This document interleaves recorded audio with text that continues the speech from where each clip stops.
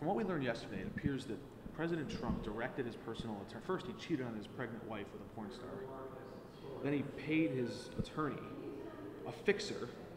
I don't think everybody has a fixer, to keep that information private, violate campaign finance laws, and keep the American public from knowing about that action, that scandal. Do you think that action of keeping that information from the American public would have held any sway over voters and their decision at the ballot box? Boy, I look at the district that I live in and that I serve, where President Trump won by over 5 points. And there are a lot of people here that knew exactly who they were voting for. It wasn't a secret. Both candidates were out there. They had been vetted and vetted and vetted. And the American people chose Mr. Trump. And, you know, the results have been great for the economy. We've got a growing economy, historic economic growth, historic low unemployment. We're working together with the administration, whether I agree with every decision they make or not, to make sure that we do the right things to put people back to work. But Michael Cohen and Paul Manafort, two people very close to the president's personal affairs and his official campaign, are now felons. That's a fact. Mm-hmm. They worked in a capacity to help Mr. Trump keep embarrassing news out of the news. It's not like they did that in a vacuum. They did it because they didn't want the public to know. Do you think that helped his campaign? No, I think the American people knew exactly who they were voting for and who they were voting against on either side. But we need to see the facts. Let's let the judicial process work itself out. Let's see what the plea agreement Mr. Cohen puts forth. It was not a good day for President Trump yesterday, not at all. No, it was not, and I think we've settled this. Alan Dershowitz has said this. The president's own lawyers have said this. Michael Kavanaugh said this. The only way, the president says you can't indict a sitting president. Can't do it. The only way to act, if high crimes were committed, is for Congress to impeach a president. Then indictments could follow if something were to happen. You said 2 or 3 weeks ago you don't see any evidence that this president should be impeached for high crimes.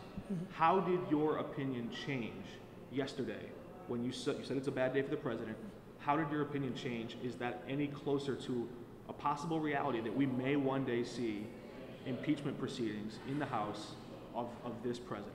Well, I don't think you're going to see impeachment proceedings of the president unless, of course, the Democrats get their way and Nancy Pelosi takes over the House of Representatives. This is exactly what the Democrats have been running on, trying to impeach the president, talking about how this is something many of them running for Congress are looking forward to.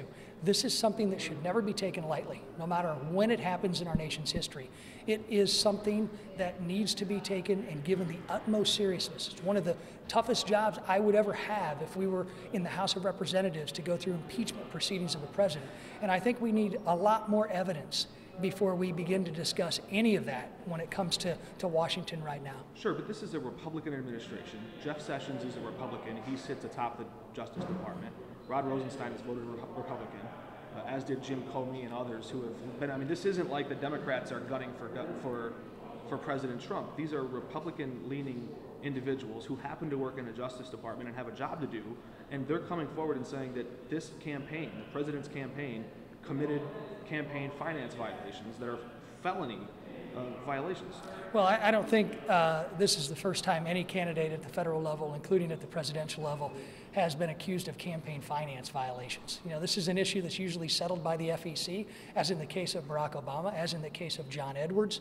You know, we've got to see. Barack Obama wasn't trying to hide a scandal with. Barack Obama was fined. Barack Obama's campaign was fined $375,000 for campaign reporting violations.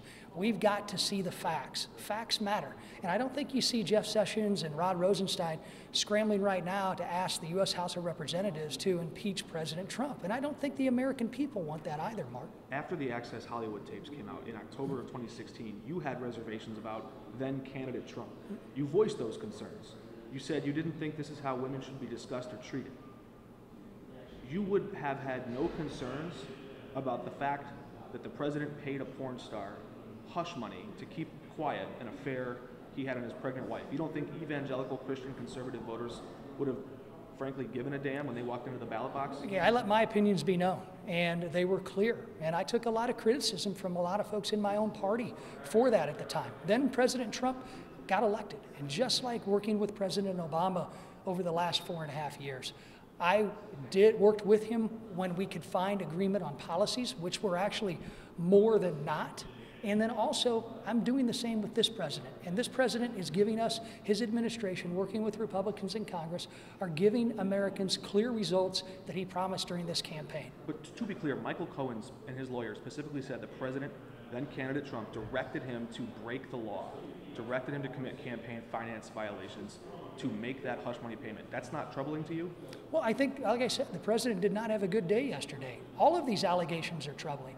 But let's let the facts play out. Let's give President Trump a chance to explain himself too, not just listen to one side.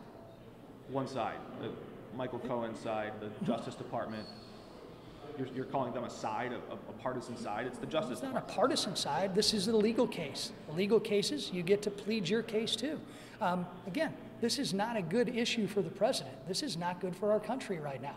And the president's going to clearly have to come out and explain himself because he's being accused by his former attorney. Should the president testify to Robert Mueller? That's not something that I'm going to get into. That's something that he's going to have to work through with his attorneys and begin to decide whether or not he's going to take that opportunity to do so. We saw your rival candidate here 2 days ago in Monticello taking questions from a town hall that were being shouted at her from the back row. One of them was, will you vote to impeach President Trump? She said, she sort of backed away from a position she took in the primary.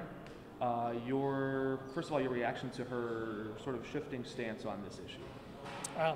I'm not aware of what she said at her event. I'll have to take your word for it, but I think it's clear that we have to ensure that consistency matters. One thing that I've talked about in the 5.5 years I've served in Washington is I'm going to be me, and I'm going to be the same person no matter where you are, who you are, and who we talk to about issues that are important to this country and the issues that I plan to address. I think it's a lot stronger than a hypothetical at this point to say that President Trump directed Michael Cohen to make those payments, because that's, the Justice Department said that, his own lawyers said that, this is the testimony he's given under oath in court. So it's not a hypothetical anymore. But just to consider that, if President Trump did commit that action, if he told his own lawyer to break campaign finance laws to benefit his campaign and win an election, where does that sit on your spectrum of high crimes? Does that rise to the level of impeachment? And if not, where does it fall? Obviously, this is a concern to me and to many that serve in Congress. But just because you say it's not a hypothetical, Mark, doesn't mean that it isn't. The fact of the matter is the president is going to be able to plead his case and be able to tell the American people what did and what did not happen. But if that action occurred, I'm not going to answer where would it? Then what is the threshold? This is a tough question, right? Like, I'm not trying to. The threshold's going to be based upon whatever evidence is put forth, but I don't think the American people are clearly ready for an impeachment proceeding of the President of the United States over a campaign finance violation at this time.